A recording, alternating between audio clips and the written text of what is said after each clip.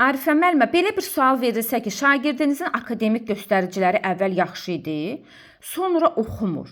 Bu halda nə edərsiniz? Şagirdimizin əvvəlcə akademik göstəriciləri yaxşı idi, sonra oxumur. Əvvəlcə onu şagirdin özündən fərqli söhbət edərəm, maraqlanaram, görüm bunun nədir problemi. Bəlkə ailədən qaynaqlanır, bəlkə məktəbdə sinif yoldaşlarına nəsə problem olur. Onu çalışaram özüm düzəldir.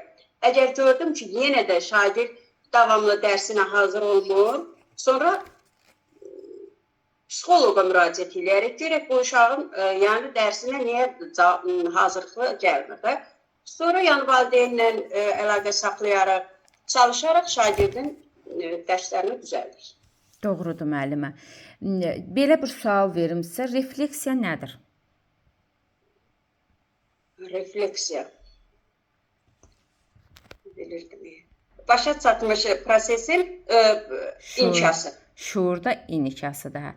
Yəni belə sadə dillə desək, mənimsəmə, qavrama prosesidir müəllim. Refleksiyanda biz 3-2-1-lə də yoxlayırıq. Necə? Şagirdin əvvəlcə soruşuruq, nəyi yaxşı qavradığını bilirik, hansı sahəsində yaxşı bildi, qaranlıq qalan yerini soruşuruq, heç başa düşmədiyi yerlərlə maraqlanırıq, onu da qaranlıq qalan hissələri yenidən başa salırıq. Diaqnostik qiymətləndirməni saxlayırsınız müəllimə?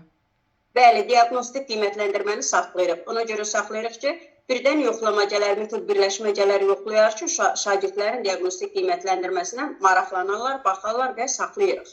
Təbii ki, saxlayırıq onu. Rəsmi qiymətləndirmədir? Qiymət yazılmır orada. Qiymət yazmırıq. Bəs rəsmi qiymətləndirmə hansı qiymətləndirmədir? Rəsmi qiymətləndirmə summativ qiymətləndirmədir. Böyük summativ qiymətləndirmə, kiçik summativ qiymətləndirmə. Ay, sağ ol. Bəs müəllimə, deyə bilərsiniz, valideynlə harada əlaqə yaradırsınız? Valideynlə iclasda əlaqə yaradırıq, valideyn müəllim qruplarında əlaqə yaradırıq, valideyn iclasında. Aha. Necə münasibət yaradırsınız valideynlərlə? Valideynlərlə pozitiv münasibət yaradırıq, sonra empatiya qururuq, çalışırıq onlar tərəfdən olsun. Hər şey, yaxşı şeylər onlar tərəfdən olsun. Təşəbbüskarlığı ələ alıram, valideynlə münasibətdə empatiya qurmağa çalışıram. Bunları da qeyd eləyə bilərsiniz. Pozitiv. Təlim nəticəsi nədir müəllimə? Təlim nəticəsi sonda formalaşan.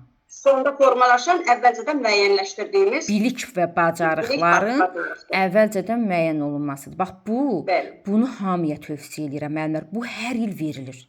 Hər il təlim nəticəsi soruşulur müsahibədə müəllimlərdən. İnanın ki, müəllimə, mən bütün sualları əzbər bilirəm. Amma indi biraz da çəkiliş zad dediniz belə, biraz da belə. Narahat olmayın, müəllimə. Vallahi, yenə də mən bilirəm, amma yaşıma görə də yenə də nəysə müəllim, bəlkə də mənim Sovetdən qalıb o bizdə ki, müəllim bir başqadır. Olsun mən 40 il müəlliməm, amma siz faktısınız da mənim müəlliməm. Can, təşəkkür edirəm müəllimə, heç narahat olmayın.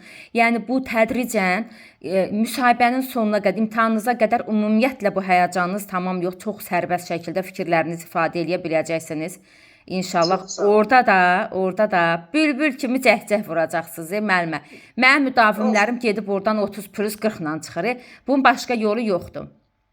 Minnətdaram Arifə müəllimə. Bəlkə ondan irəli gəlir, bilmirəm. Əslində o həyəcan ilə məsuliyyətdən dolayı irəli gəlir, həqiqətən.